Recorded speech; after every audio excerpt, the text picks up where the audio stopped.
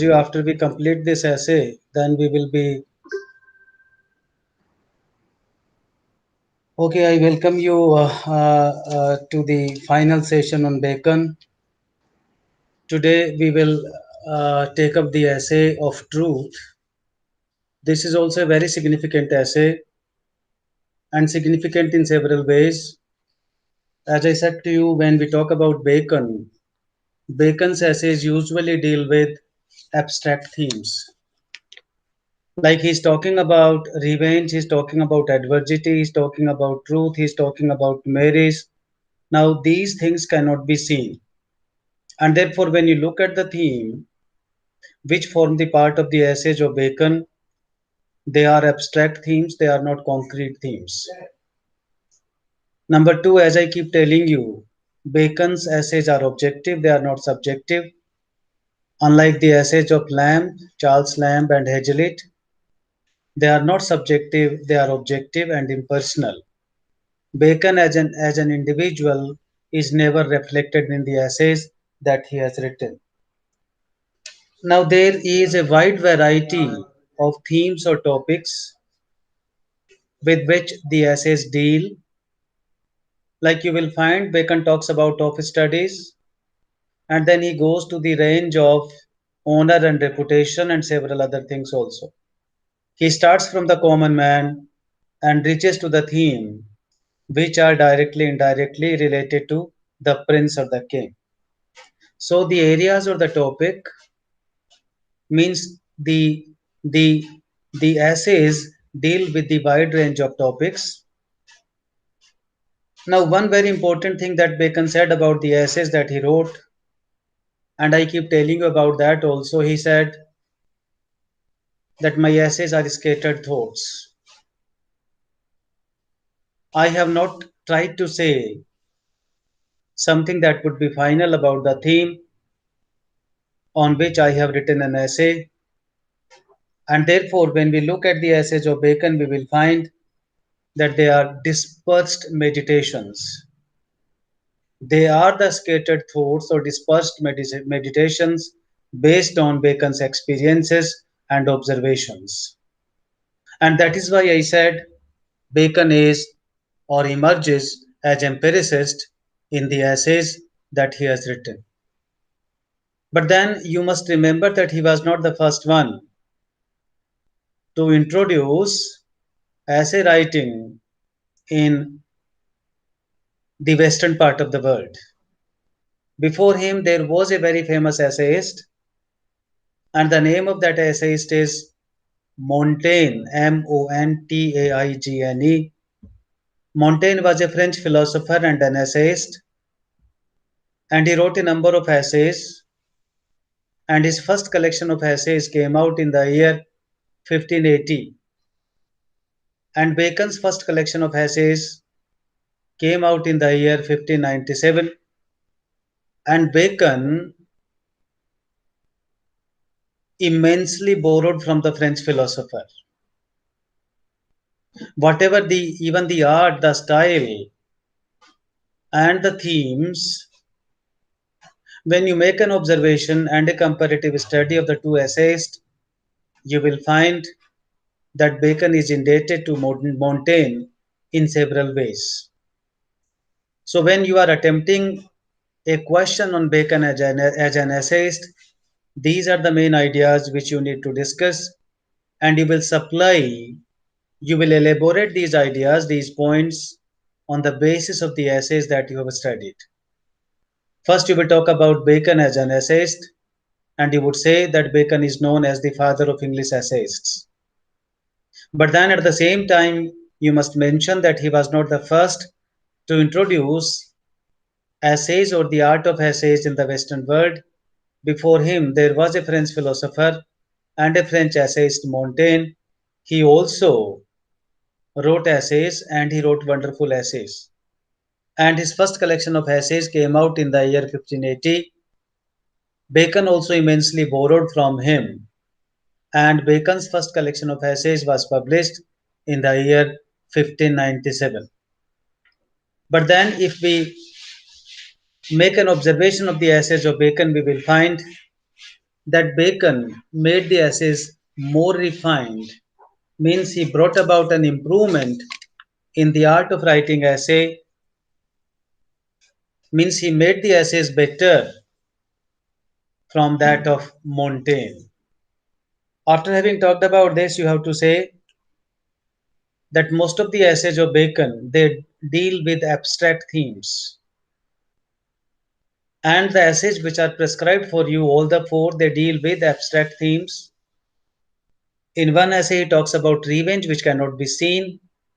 In this essay, he's talking about truth, again, it cannot be seen. Then he's talking about of marriage, even marriage cannot be seen. And then he's talking about adversity, even adversity cannot be seen. So you see, all the essays of Bacon, they deal with abstract themes, and thereby they tend to be very objective and impersonal. And therefore, the observation that you made that day, that most of the essays are subjective, does not apply to the essays of Bacon. Bacon's essays are objective and impersonal, and Bacon as an individual is not reflected at all in the essays that he has written. On the other hand, if you look at Charles Lamb, you will find that most of the essays written by him, they are autobiographical and therefore personal and subjective. But Bacon has made the essay objective, and from that point of view, they are like articles. Articles are objective in several ways, but then they are different from the articles in the sense that articles are always supported by the data and the statistics. Whereas when we look at the essays of Bacon, he does not provide the statistics, but then whatever he is writing comes out to be true on the basis of what we experience in the world, what we observe in the world. And therefore, the next point about Bacon's essay is that his empiricist approach has found a vigorous expression in the essays that were written by Bacon. So empiricist approach, or his essays are empiricist. And when we talk about his essays are empiricist, we need to keep in mind that they are based on observation and experiences. What Bacon is talking about, he says, I am describing what I have seen, I am describing what I have experienced. Nothing less, nothing more. And therefore he confesses that the essays, the themes on which I have written the essays, they may not be treated complete because they are based on what I have experienced around the world. And therefore, the things which I could not experience, which I could not come across, might not have found a space, might not have found a place in the essays of Bacon. Right, and then wide range of themes already I have talked about, dispersed meditations, scattered thoughts, and then Bacon's style. Bacon's style basically is the style of brevity, but when I discuss, if I discuss it tomorrow also, if we fail to wind it up today, then I will be talking about Bacon's style tomorrow also. If you look at the prose style of Bacon, you will find that basically in his essays, you find two types of style. One is the style of a philosopher, and the other one I would say is the style of a prose writer. These two styles are well reflected in the essays written by Bacon, which I will take up not right now because that is altogether a different issue. And therefore, we come to the essay of truth. Now, before I begin the essay, I would like to tell you in brief what is the theme of the essay. And then, like I keep doing it, I will give you the summary of the essay in brief, and then we will take up the essay line by line. Now, if you look at the essay, you will find that Bacon is describing two types of truth. Truth as opposed to lies. He is describing the religious or the speculative truth, and then he is describing the civil truth or the truth concerning the daily life of an individual. Bacon अपने इस ऐसे में दो तरह के truth की बात करता है.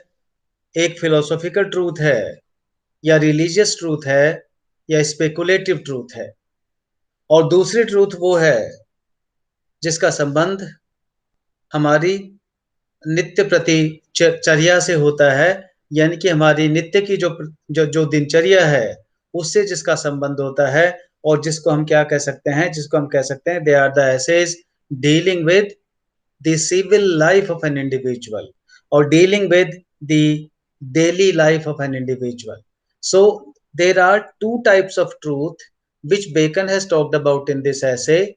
Number one, the religious truth or the speculative truth, and number two, the civil truth or the truth concerning daily life of an individual. These are the two types of truth that Bacon talks about in the essays that he has written. Number two, then Bacon makes it very evident that it is inherent in the nature of man that he loves falsehood. What is inherent in the nature of man? That he loves falsehood. हर आदमी झूठ से प्यार करता है. Alright, and why does man loves falsehood? He says there are reasons for that. Everybody loves falsehood because there are reasons for that. And number one, he says that everybody loves falsehood because because because if you take recourse to truth, then truth means inquiry, truth means investigation, and he says investigation and inquiry, to carry out investigation and inquiry is a difficult task. All right, so number one, man loves falsehood for the reason that it is very difficult to carry out investigation or inquiries. Number one. Number two, he says that when we talk about the truth, then he says that truth basically filters man's thoughts. Filters, restricts, hathkadi laga dena. Because when you are talking about the truth, then the truth is very limited. And therefore, he says it is a sort of restriction upon the mental capability of an individual, the mental capability or the mental ability of an individual. Right? And then he talks about the third reason. He says that man possesses a natural love of falsehood. Man has a natural love of falsehood, and therefore, therefore, what he does, man love falsehood. So he has talked about three reasons for which an individual or a man loves falsehood. Number one, what he says because truth is based on inquiry, and inquiry is very difficult to carry out, man loves falsehood. Number one. Number two, he says man loves falsehood because the truth filters man's thoughts, because the truth restricts man's thoughts. And number three, he says that there is a tendency in man's nature to have natural love of falsehood. And these are the three reasons for which an individual loves falsehood. And then he talks about truth, and he says truth, its inquiry, knowledge, and belief is the highest good. What is the highest good? The highest good is that you believe in truth. The highest good is that you believe in the inquiry and thereby would try to reach the truth. The highest good is that you have firm faith in truth. That is the highest good. And after having talked about this, Bacon talks about, in the first part of the essay, Bacon is talking about, as I said to you, the religious truth or the philosophical truth or the speculative truth. And in the later half of the essay, he talks about the truth concerning the daily life of an individual, or you can call it civil truth. Now, talking about this truth, he says, truth is always honorable. Even it will be admitted even by those who have never spoken the truth. कहता है truth हमेशा honourable होती है, honour प्राप्त होता है truth से, और ये बात उन लोगों के द्वारा भी स्वीकार की जाती है जिन्होंने जिंदगी में कभी भी सत्य नहीं बोला. And therefore truth is always honorable. And he says when we look at the when we look at the lie, lie is always shameful and it is cowardly also. When you speak a lie, और जब आप झूठ बोलते हैं, then what happens to you? It brings you shame and you are acting like a coward. And you are acting like a coward. डरपोक हो जाते हैं आप. Means when you speak a lie, it means that you are very shameful. That is, speaking lie is a shameful act. Speaking lie is a cowardly act. Now, these are the major points of this essay. Now, as I said to you, now after having what I have said, that this essay deals with two types of truth. In the first half of the essay, Bacon talks about or Bacon describes the philosophical or religious or speculative truth. And in the later half of the essay, he talks about the truth concerning the daily life of man. Number one. Number two, he says every individual loves falsehood. Men love falsehood, and there are reasons for this because he says it is very difficult to conduct an inquiry, and without conducting the inquiry, you cannot reach the truth. Number two, he says that everybody has got a natural love for falsehood, and then he also talks about it that it is a sort of restriction on the thought of an individual. So these are the major points given by Bacon that as to why the man love falsehood. And then he talks about the truth in daily life, and then he says truth is always honorable. These are the 4 points that he has talked about. As I said to you, now write down all of these 4 points. Yes, Raj, take out your pen and start writing. Yes, sir. There are two kinds of truth. There are two kinds of truth, TWO, two kinds of truth.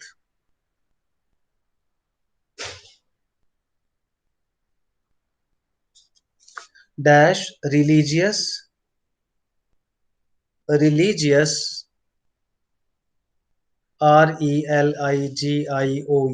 religious or speculative, speculative, speculative.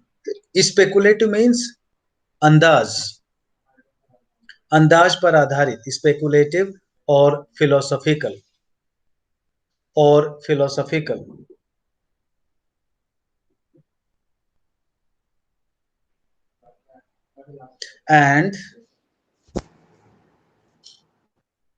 and civil truth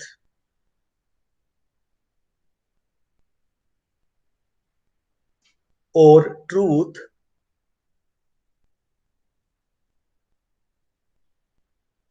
concerning daily life.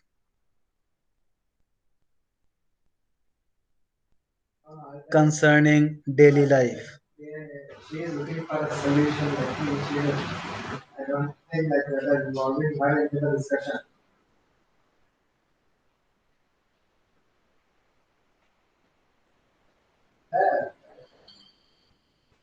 Now, here he is talking about the various schools of philosophy, and he says, as far as the skeptical school of philosophy is concerned, these people have doubt. They are neutral. They are indifferent to truth.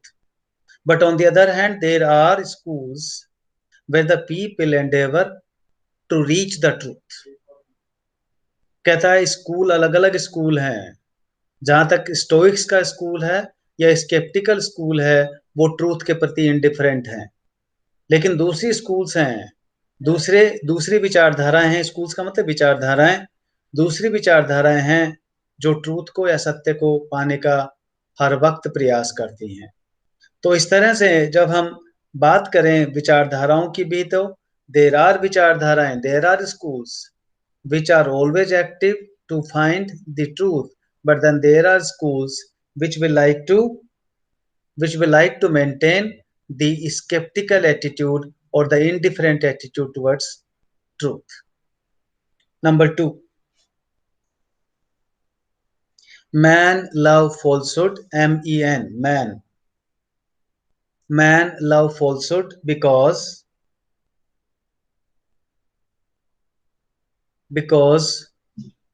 the inquiry is difficult.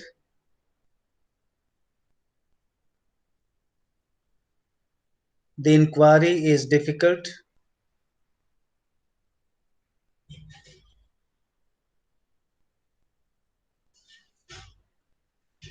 Semicolon, इसके बाद semicolon लगाइए। Semicolon जानते हैं ना कैसे लगाया जाता है? Yes, sir. हाँ। It fetters man's thoughts. It fetters. Fetters. It fetters. Fetters means restricts. It fetters man's thoughts,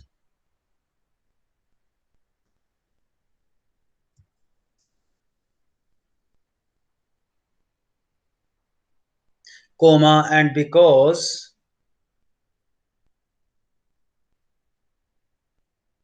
there is a natural love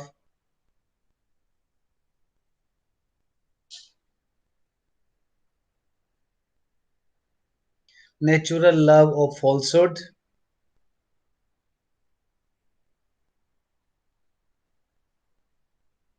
arising from the fear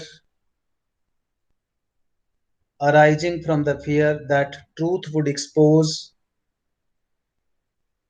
that truth would expose the follies. The follies, Follies. Follies means stupidities.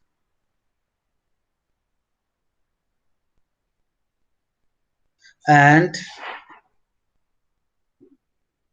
from an idea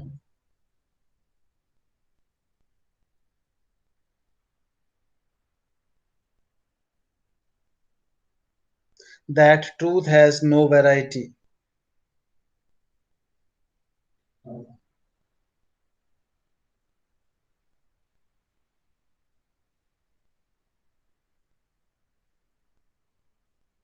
truth की कोई variety नहीं होती है, ये भी डर लगता है लोगों को। और इसलिए क्या होता है, वैरायटी नहीं होती तो क्या होता है, because man love change. Man wants a change, and there is no change in truth, and therefore man loves falsehood. Number one.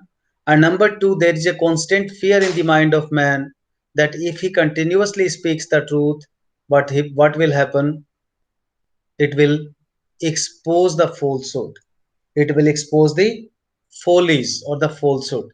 यानी कि उस आदमी की मूर्खताएं हैं उसका पता हमें चल जाएगा। इसलिए भी आदमी क्या करता है, फॉल्सहुड से प्यार करता है। Number three, point number three,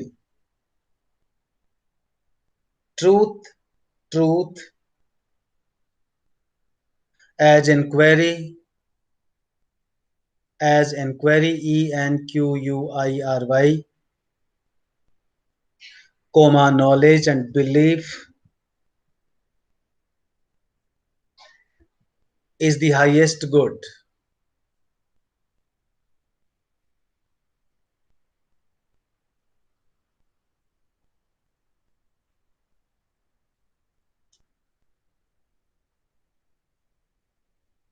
Full stop. It is instilled, INSTILLED, into man's mind, into man apostrophe s mind, by the Holy Spirit.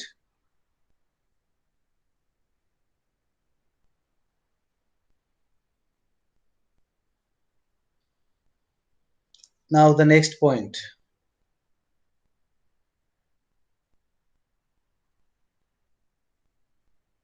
Truth is honorable. Truth is honorable. HONOURABLE.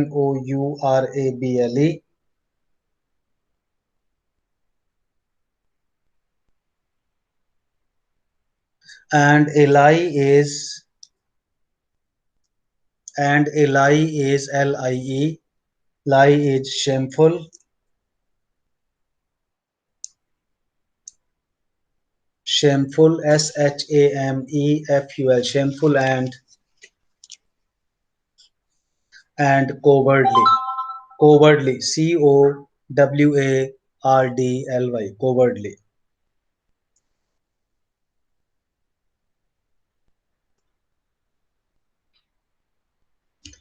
Okay, so these are the major points of, let me say, the ideas which are the part of the essay of truth. Now we start the essay. Now the essay opens with a statement or with a question that was being put by Pilate. Pilate was a Roman governor, and jesting means poking fun, मजाक करते हुए, poking fun, jesting. What is truth? Said jesting Pilate. Pilate is a mythological figure. It is being said that he was the Roman governor. And Pilate in the essay has been presented as a man or as the individuals who do not endeavor hard to find out the truth. Pellet को एक ऐसे आदमी के रूप में प्रस्तुत किया गया है इस ऐसे में जो सत्य को जानने के लिए ज्यादा कोशिश, ज्यादा प्रयास नहीं करते हैं. What is truth? Said jesting Pilate, and would not stay for an answer. Now Pilate put this question, what truth is? And then he would not be waiting for an answer because and the hint that has been given, as I said to you earlier, he was the person who would not endeavor hard to find out the truth. And therefore he will simply put the question and will not be making more efforts to inquire as to what truth really constitutes. Certainly there be that delight in giddiness. Delight means happiness. And when we talk about giddiness, giddiness means constant change in opinion.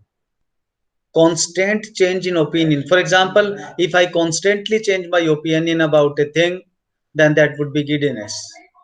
Giddiness का मतलब जब आप अपनी opinion में लगातार परिवर्तन करते हैं, that is given the name giddiness. Constant change in opinion, giddiness. Certainly there be that delight in giddiness, and count it a bondage to fix a belief, affecting free will in thinking as well as in acting. Certainly there be that delight in giddiness, and the author says that everybody feels so happy in the constant change of opinion. Everybody feels so happy when he keeps constantly changing his opinion and count it a bondage to fix a belief. Because if he takes recourse to truth, then he will have to stick to a single idea. And that would be a sort of slavery for him, bondage, slavery or restriction, because he will have to stick to a single thought. He will have to stick to a single idea and state truth is truth only. But in the case of lies, it may have several facets. And thereby a person will like to enjoy himself by changing, by a constant change in his opinion about a phenomenon. And therefore he says that people love falsehood more than they would love the truth. Affecting free will in thinking as well as in acting, and he says, in a way, it will be the truth that will affect our free will and thinking also. It will affect our free will when we are acting. It will affect our free will when we are thinking. So when we think, we will be affected. When we act, we will be affected. When we take recourse to the truth. And therefore he says, usually people will not like to take recourse to truthfulness. And though the sects of philosophers, sects का मतलब group, and though the sects of philosopher or schools, you can say schools of philosophers of that kind be gone, yet there remain certain discoursing wits, intelligent people, discoursing wits, intelligent people, or intelligent scholars, which are of the same veins. Veins means ideas. When वैसे नशों, when से मतलब होता है नशें, पर here it means ideas. Though there be not so much blood, and when we talk about the blood, we are talking about the stuff or the intelligence. Here he is making a comparison, and therefore the word blood stands for stuff or intelligence in them as was in those of the ancients. But it is not only the difficulty and labor which man take in finding out of truth, nor again that when it is found, it imposeth upon man's thoughts that doth bring lies in favor. But a natural thought, corrupt love, but a natural, though corrupt love of the lie itself. Now he is making a beautiful observation here, and what that observation is, and though the sects of philosophers of that kind be gone, yet there remain certain discoursing wits which are of the same veins. He says, although the philosophers of that type are gone, but then there are philosophers. As I said to you, the philosophers belonging to the school of skepticism or Stoics, they would like to remain neutral to a truthful phenomenon as to what constitutes a truthful phenomenon. Yet there remain certain discoursing bits, means there are certain intelligent people or scholarly people who would not like to pay much attention as to what constitutes the truth, though there be not so much blood in them as was in those of the ancients. Although he says that there may not be so much intelligence, there may not be so much acceptability, there may not be so much scholasticism in the ideas that these people have given.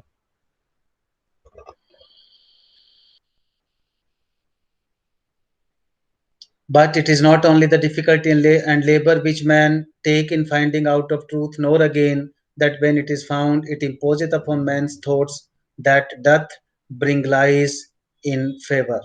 And he says, why does a person, now he is enumerating the reasons as to why a person loves falsehood.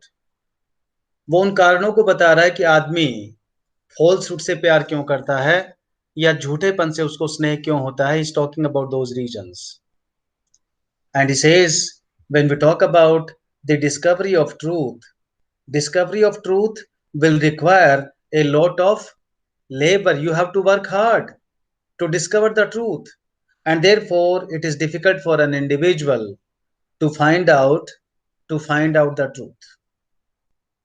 But it is not only the difficulty and labor which men make in finding out of truth, nor again that when it is found, it imposeth upon man's thoughts that doth bring lies in favor, but a natural, though corrupt love of lie itself. He talks about three reasons which I have given you earlier.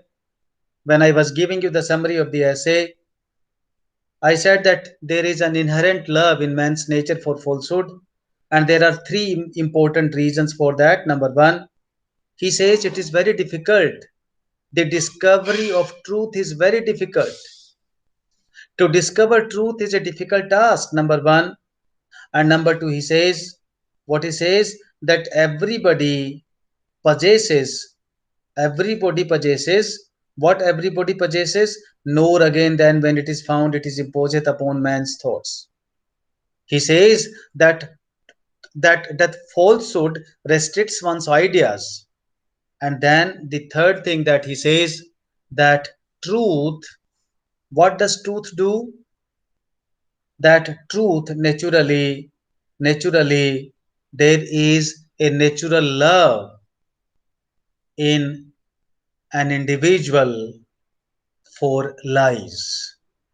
And then he goes on interpreting that why does an individual have the natural love for lie, and he talks about that now in the in the lines that follows, he talks about that. But natural though corrupt love of the lie itself, one of the later schools of the Grecians examineth the matter, and is at a stain to think that what should be in it, then man should love lies, where neither they make for pleasure, as with poets, nor for advantage, as with the merchant, but for the lie's sake. And he says that there is a school, and that school has examined, and that school has come out with the findings. And what are the findings of the school? That man speaks a lie for the sake of speaking a lie. That a man speaks a lie for the sake of speaking a lie. एक आदमी झूठ बोलने के लिए झूठ बोलता है. वो कहता है he is not speaking a lie as a poet does. Why does a poet speak a lie? Because that lie will give him pleasure. कहता है जब एक कवि झूठ बोलता है तो उससे उसको आनंद आता है. Not for advantage. And when a merchant speaks a lie, that will bring him profit. That will bring him profit. कहता व्यापारी को फायदा होता है झूठ बोलने से. पोइट को क्या होता है? आनंद मिलता है, because on the basis of imagination, which is nothing but lies, he derives pleasure out of that. But then he says it is not true about the common man. The common man speaks a lie for the sake of speaking a lie.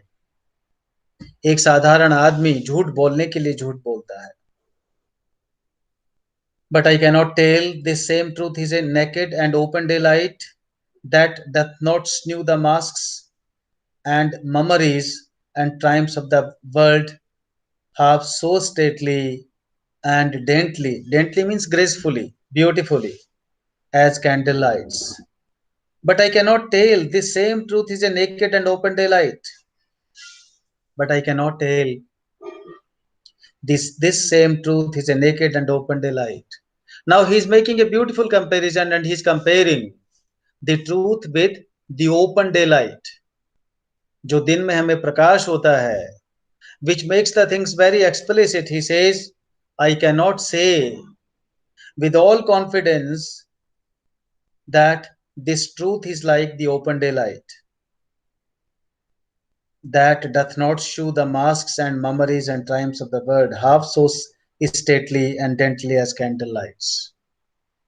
And what he is trying to say is that basically when we talk about the truth, because now everything goes by pomp and show, and therefore people do not take recourse to truth, because truth fails in making that pomp and show which a lie will be able to do. कहता है जो pomp और show आदमी को झूठ के साथ मिलता है, वो सत्य के साथ नहीं मिलता है. And therefore also a person usually will usually not love the truth. But I cannot tell the same truth is a naked and open daylight. He says I cannot say that this truth can be compared to open daylight, because there is every doubt. I am doubtful. This is what he means to say, that the things will look as beautiful as they are when you are taking recourse to the truth. But he says they will be made to look more beautiful, more graceful, more decorative when a person is taking recourse to a lie.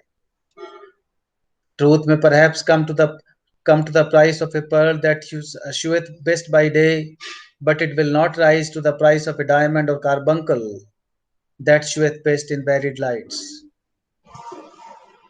And now again, look at the beautiful comparison, and this is the part of the style of Bacon. He illustrates by giving several examples, and this is a beautiful comparison again that has been made by Bacon in these lines. Truth may perhaps come to the price of a pearl. He says that truth can be compared to the price of a pearl. Pearl, pearl. Pearl is a sort of, although it is different from a diamond, but then pearl, जो आप पहनते हैं कान में. Pearl, Yes, sir. हीरा, हीरा, right? क्या कहते Yes, हो sir. Hindi में? Ratan. Okay. Anyway, you remember Ratan, right? Ratan. Yes, sir. Price of Ratna. Okay, that showeth best by day. He says that we can see this pearl based during the daytime.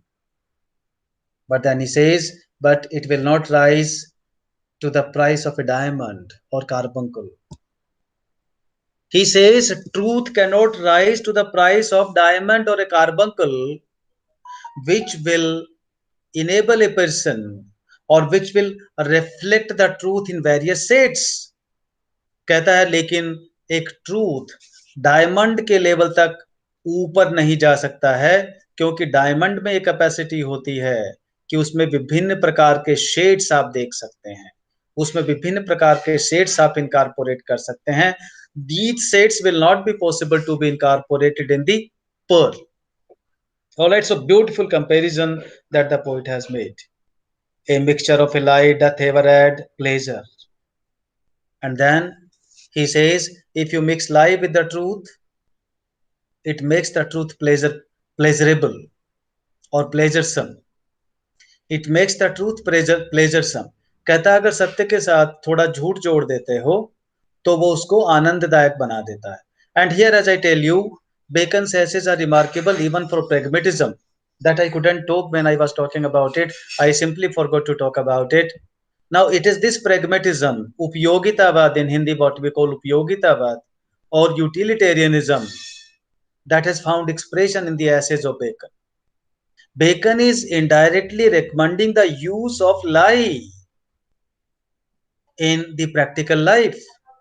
And he says it is the use of lie that makes the truth work better.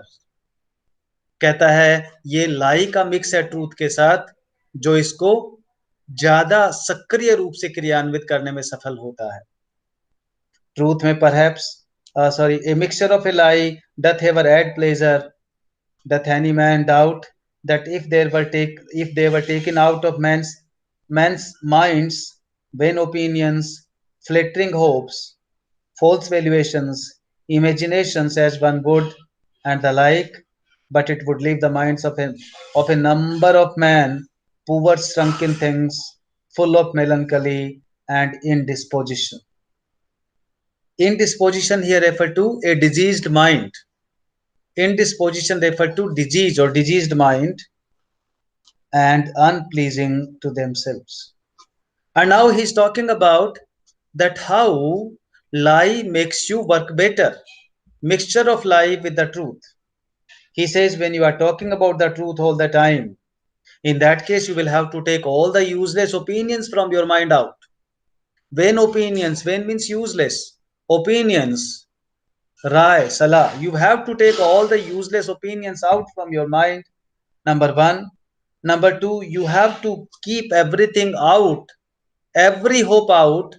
That would be a flattering hope. You flattered the person to make him optimistic, flattering hopes. All right, you flatter that you can do better. All right, in order to make the counterpart optimistic, you will have to take that flattering hope out from your mind. And you will have to take all the false valuations. False valuations that you are estimating. For example, that one day I will rise myself to that level. But that is not the truth, whether you will rise or will not rise. But then at present, that is not the truth. Imaginations, all imaginations are to be taken out from your mind as one would. And he says what the result will be. The result will be that the mind of a person will be left with an indisposition that would be melancholic and unpleasing. कहता है जब ये सब चीजें आदमी अपने दिमाग से निकाल देगा तो उसके पास क्या बच जाएगा, उसके बाद सिर्फ indisposition बच जाएगी. And that indisposition will constitute the melancholy and it will constitute the unpleasing thoughts. One of the fathers in great severity called poesy the wine of devils. Now he says one of the fathers, a figure in church, he says one of the fathers cold lie, how cold poetry, the wine of devils. उन्होंने कहा poetry किसका wine है, राक्षसों की शराब है, wine of devils, because it फीलeth the imagination, because it fills up your imagination, and yet it is but with shadow of a lie. But it is not the lie that passeth through the mind, but the lie that sinketh in and settleth in it, that doth the hurt. That doth the hurt. Hurt means harmful, such as we spake of before, and yet it is but with shadow of a lie. He says when we talk about the lie that is being used by a poet, that is not the lie that will be doing you a great harm, because the poet is not depicting the real lie, but he's depicting the shadow of the lie which will not be harmful to you. कहता कवि जब भी किसी लाई को depict करता है तो वह एक झूठ की परछाई होती है उसको डिपिक्ट करता है, झूठ की परछाई को डिपिक्ट करता है, एंड दैट झूठ की परछाई can not do you much harm. But whosoever these things are thus in man's depraved judgments and affections, yet truth which only doth judge itself teacheth that the inquiry of truth which is the love making or wooing of it, the knowledge of truth which is the presence of it, and the belief of truth which is the enjoying of it is the sovereign good of human nature. But then he talks about it that but despite all this, that lie is good in certain ways. If you mix lie with the truth, that in it will make the truth work better. He says despite all the facts, I come to the conclusion now. And what is that conclusion? He says that when we talk about man's depraved judgments and affections, when a person is trying to judge himself, which only doth judge itself, and when he is trying to teach himself the truth, when he becomes aware of the knowledge of truth, and when he becomes aware of the belief of truth, that will bring him the real pleasure, and that would be the sovereign or the supreme good of human nature. That would be the supreme good of the human nature. The first creature of God in the works of the days was the light of the sense, the last was the light of the reason. And his Sabbath work, Sabbath, it is being said, Sabbath work means Sabbath. It is being said that the God worked the whole week, and then there came a day, that day the God rested or he took rest. So Sabbath is the day of rest. Sabbath is the day of rest. The first creature of God in the works of the days was the light of the sense, the last was the light of reason, and the Sabbath work ever since is the illumination of his spirit. Illumination, enlightenment, Prakash. First, he breathed light upon the face of the matter or chaos. Then he breathed life into the face of man, and still he breathed and inspired light into the face of his chosen. The poet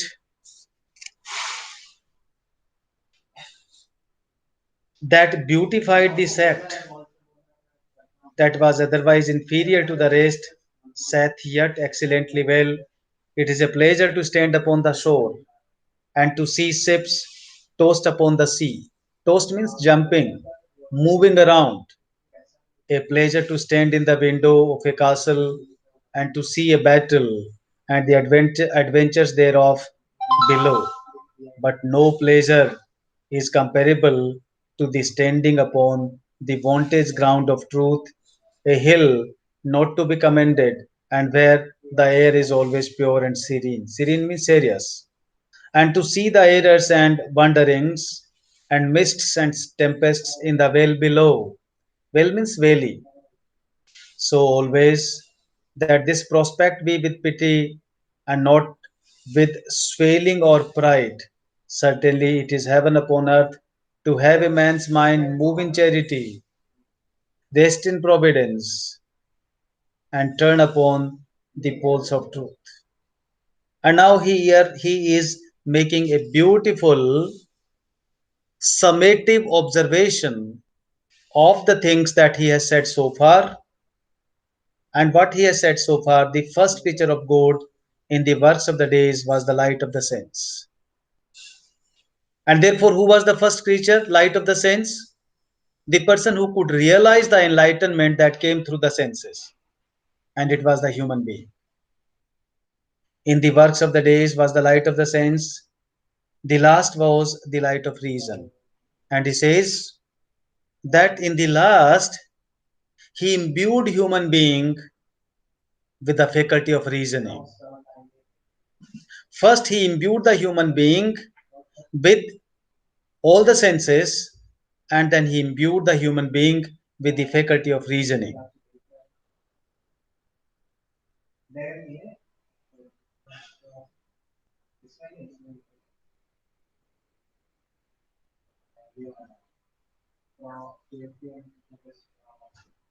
The poet then beautified the sect that was otherwise inferior to the rest. And the sect means here he is referring to a group. And when he is referring to the group, here the poet is basically, we can say, the creator. All right, we can say the poet is the creator here. The poet that beautified the sect that was otherwise inferior to the rest saith yet excellently well. That the same person who beautified the sect of lie, he also said beautifully about truth. What he said about truth, but no pleasure is comparable. What he said about truth, it is a pleasure to stand upon the shore. कहता है किनारे पर खड़े होकर के समुद्र को देखना आनंद का विषय है. And to see ships tossed upon the sea. कहता किनारे पर खड़े होना और उसके बाद में समुद्र में किस तरह से जहाज जा रहे हैं उनकी अटखेलियां देखना वो बड़ा आनंददायक होता है. वो कहता इसी तरह से a pleasure to stand in the window of a castle. और कहता कोई दुर्ग है और दुर्ग की कोई विंडो है, खिड़की है, उसमें खड़े होकर के क्या देखना, to see a battle and the adventures thereof below. उसके नीचे जो लड़ाई चल रही है उसको देखना, ये भी अपने आप में बहुत आनंददायक होता है. But no pleasure is comparable to the standing upon the vantage ground of truth. पर कहता है किसी भी इस तरह के आनंद की तुलना उस आनंद से नहीं की जा सकती है जो आनंद आपको जब आप सत्य करते हैं और सत्य बोलते हैं उसमें प्राप्त होता है. Vantage ground of truth, a hill not to be commanded, and where the air is always pure and serene. He says, therefore, the truth is like a hill that cannot be commended, that cannot be appreciated, but and when the air is always pure and serene. He says, it cannot be commended, but it is on the hill of the valley, it is on the valley of the truth that there will blow the pure and serene air. And to see the errors and wanderings and mists and tempest in the vale below, so always that this prospect be with pity and not with swelling or pride. And therefore he says that there may be tempest or there may be mist when one is taking recourse to truth, that must not be hated, that must not be abhorred, because the pleasure that one will be getting when one takes recourse to the truth will be incomparable. Number one. And number two, he says, therefore, it is no issue to feel proud when one takes recourse to a lie. कहता है इसलिए इतना जो आनंद की प्राप्ति आपको सत्य में होती है वह झूठ में नहीं होगी. और इसलिए ये कहना कि सत्य में कई बार मिस्ट होता है, कई बार टेम्पेस्ट होता है, यानी कि ये क्या करा, ये it is covered with several confusions. There is no clarity, number one, and number two, there are difficulties on the path of truth. But despite this, he says that taking recourse to the truth will give you immense pleasure, and therefore one should not be happy while taking recourse to a lie. Certainly, it is heaven upon earth to have a man's mind move in charity. He says that when we talk about the other notions, If there is a truthful person and he is charitable also, he believes in charity, that would be having a person. He says that we can compare that man with heaven on the earth. We can compare that man with heaven on the earth. Move in charity, rest in providence, and turn upon the poles of truth. He says that there is a man who believes in charity, who believes in providence.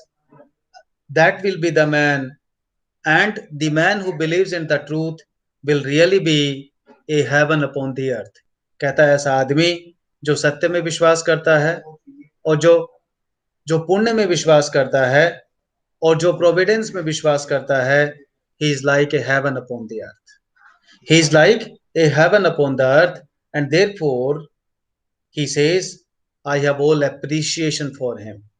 So, till now, what he has talked about, he has talked about the philosophical concept of truth, he has talked about the religious concept or notion of truth.